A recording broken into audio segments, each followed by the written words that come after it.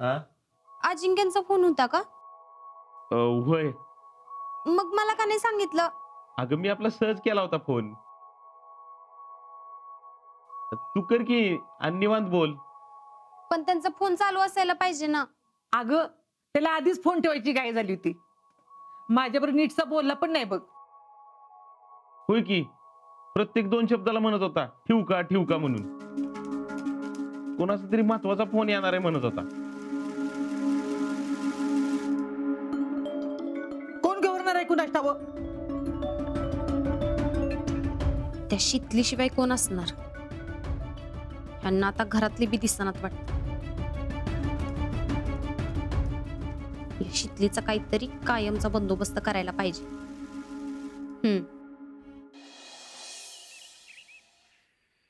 रावला कधी येतोय काय माहित. कधी टायमाला आलाय असं होतच नाही.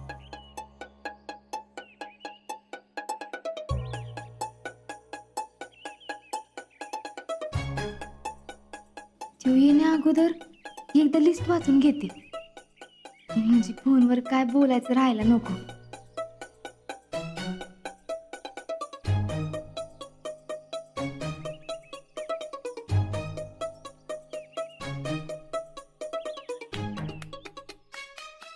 कधी येणार रावल्या? कुणी याच्या आत बोलून झालं पाहिजे. एकतर आधीच सगळ्यांना संशय आलाय. आज तर आप्पा बी बोलला. माझं काय होणार आहे कुणास ठाऊक.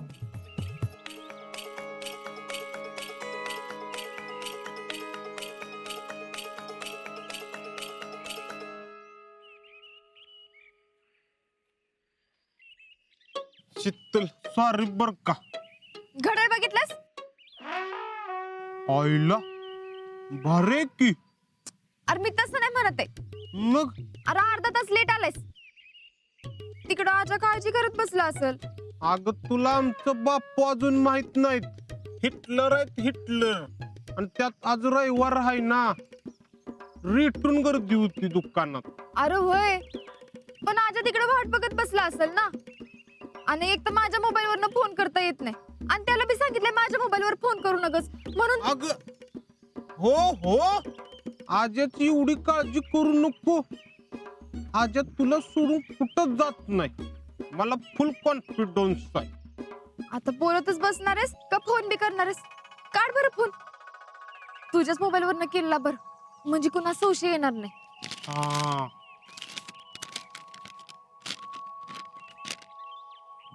शीतल हे काय ग? कागद आहे. काय निबंध स्पर्धा आहे काय? अरे नाही, पॉइंट काढल्यात. कसलं? आजाबर काय काय बोलायचं त्याचं.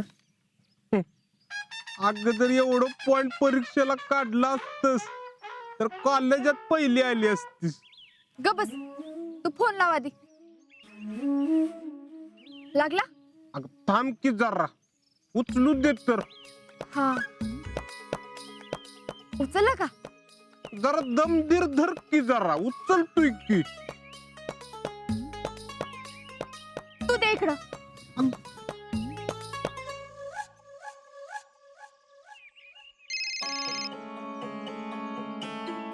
Hello, hello. कसा आहेस? बरं. तब्येत कशी आहे? ठीक.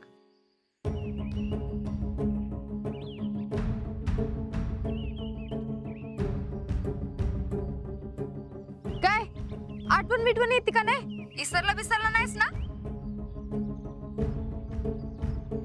अय बोल की काय तर. काय बोलू? काय बी? काय नाही बोलण्यासारखं. हा, तुझा मूड नाही का? असं काय नाही. मग तब्येत बिब्येत तर नीट आहे ना? कशाला एवढी माझी काळजी करतेस? म्हणजे काय झालं? काय व्हायचं राहिले? मला नाही समजलं. का तुला समजून घ्यायचं नाही?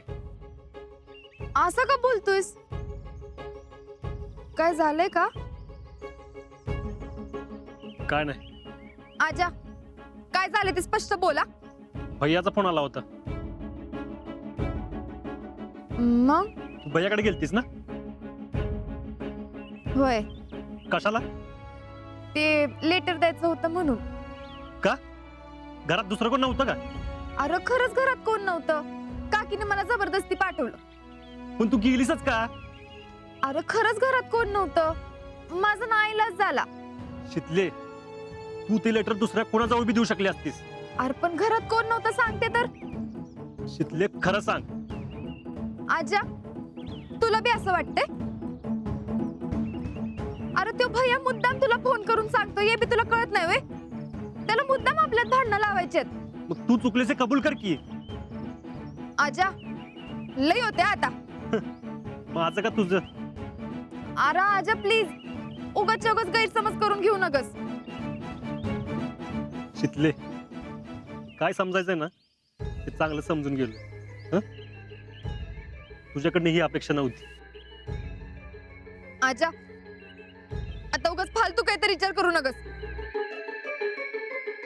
शितले, फोन ठेव.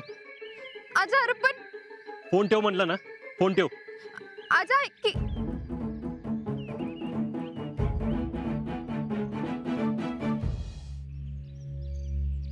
शीतल, काय झालं ग? तुझं दोष डोक्यावर पडलाय. कुणाशी कसं बोलायचं हे बी कळत नाही त्याला. अगं काय झालं सांग तरी. म्हणतो कुठला भैया, त्याला मी नुसतं लेटर द्यायला गेले तरी ह्यो आजा माझ्यावर चिडलाय. शीतल, तू काय काळजी करू नको. काय तर करू. अगं ही फौजी अशीच तापट डोक्याची असते ती. त्याला माझ्या एवढा बी विश्वास नाही वे. रावल्या तूच सांग, काय ठेवलं त्यानं माझ्या प्रेमाचं? 2 दिवस मी एवढी खुश होते माहितीये का, पण त्यानं तर पार माझा कचराच केला.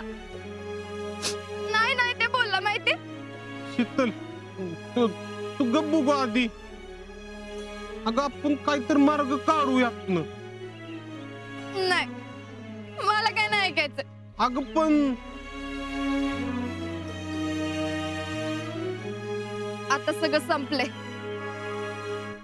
माझ्या बाजूनं.